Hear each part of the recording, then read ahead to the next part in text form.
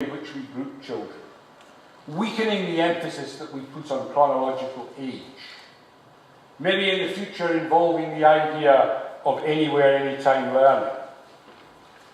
Our understanding of the learning process itself, our conviction that more active, more engaged, more customized learning is essential.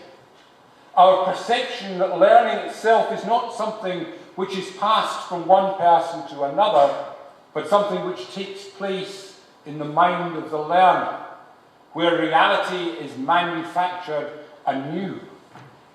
Not the kind of thing which takes place in the standard pedagogies of previous years, nor in the facilities that we have constructed to house them.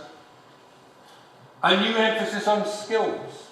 And learning skills depends upon having the ability to perform and demonstrate them. Taking on higher order skills, like information handling, synthesis, creativity, not again the kind of activities easily accommodated in the premises we have constructed for. And what are the broader purposes that are set out in Curriculum for Excellence? More than successful learners, young people are expected also to be confident individuals, effective contributors, responsible citizens. Capacities that are developed more readily in the community and in the workplace than in the school itself, bringing into question whether the school needs to be seen more as the hub of a whole wide range of learning opportunities rather than a standalone institution. And these kind of changes are, of course, only the beginning. None of us here would pretend for a moment to be able to foresee the learning landscape of even a decade ahead. So we need schools with spaces that are flexible from period to period, adaptable over the weekend or short holiday. We need much more facilities for individual study. We need spaces for small group work. We may need spaces for large group work. We need much better social facilities, because nowadays the real rationale of the school as a physical space is not that it is the only way of delivering learning. There are plenty of ways of doing that. It is that it provides a formative social experience. And how often is it a bad formative social experience? Look at the typical social space of the secondary school, still less the primary school of today. Often a converted bicycle shed or another arid space within the building with rudimentary seating round the edge and a few lockers. What other public service would dare to treat its customers in this way? Maybe we don't require this institution at all. Were I to ask any of the architects present to design a building where people will come in large numbers every day, where they will learn in groups of varying sizes, undertaking a wide range of different activities, maybe they would design a conference centre rather than a school. We certainly need schools that are thought through in 21st century terms, that encourage rather than inhibit innovation, and that try to anticipate where we might go in the future. Now, my second challenge is much more briefly stated. It is a challenge to both clients and architects. Those at this end of the room, if you look out the window, can see Thomas Hamilton's Royal High School of the early 19th century. Like all buildings, it gives off a subliminal message. Its message is about the validity of sound classical scholarship.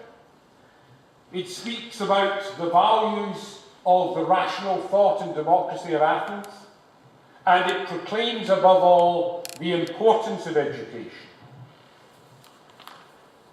Now, we no longer use the classical language of architecture, perhaps of classical architecture. Perhaps it is the atrium, which is the symbol of architecture today, because you find it everywhere, whether in shopping centres or hotels or office blocks or in schools. And if you go to one of the more luxurious of these, like say the Prince's Square shopping centre in Glasgow, You may pause for a moment and wonder, why have the developers lavished so much money on a space where nobody is buying or selling anything but just going up and down in escalators? And the answer, of course, is that, like the Royal High School, it conveys a subliminal message, and the message that it conveys, in the words of the L'Oreal advert, is because you're worth it. And then you look at the atriums of many of our schools, perhaps particularly those built under PPP, and you ask yourselves, what is the subliminal message here? And it is all too clear. It is shouting out, because you're not worth it. Because this is good enough for kids. The utilitarian design, the cheap materials embody that thought. Such buildings undermine the values of education. They alienate young people. They tell them that they are second class. Every good building has to proclaim the values of education and has to say loudly to the world that our society values its young people and invests in their development. So in conclusion then, my challenges are these. Can we build buildings designed for young people's tomorrow, not our yesterday?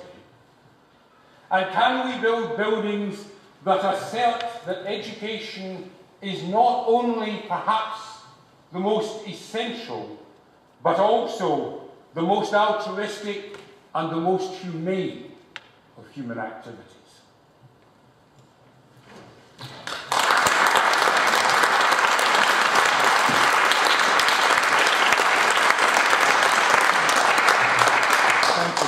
And you not so much threw down the gauntlet, but threw it up, which I like. Now it's up to us to catch that gauntlet and see what we can do with it. Thank you. Alex, who I've known quite a time actually, and he's what I'd call a thinking architect.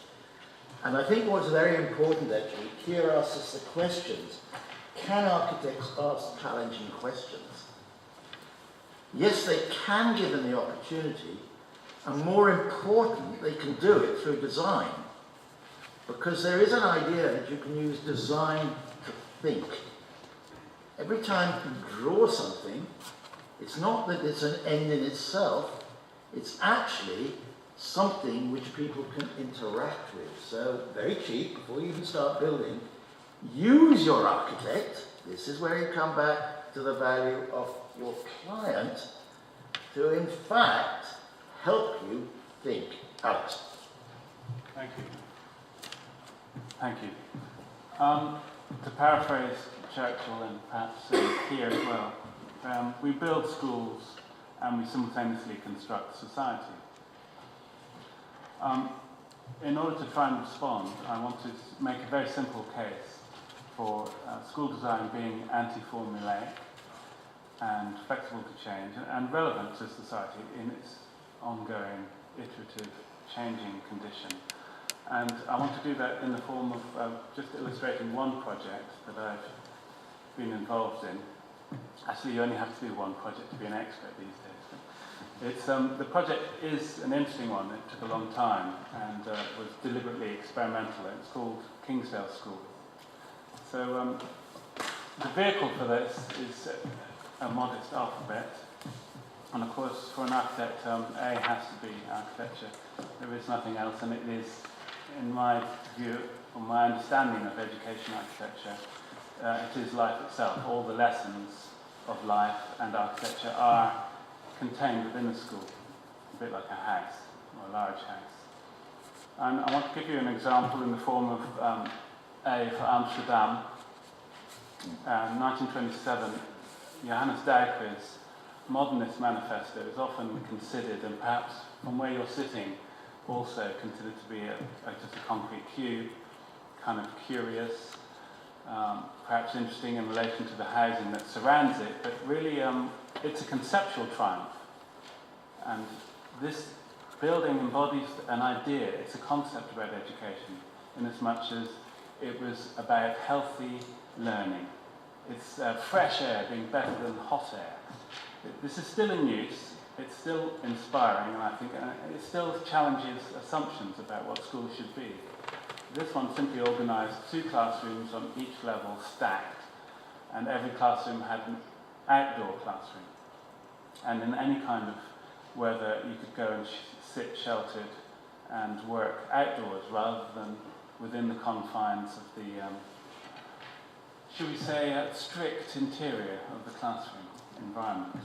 So, back to B, and B is for brief. And I think most architects would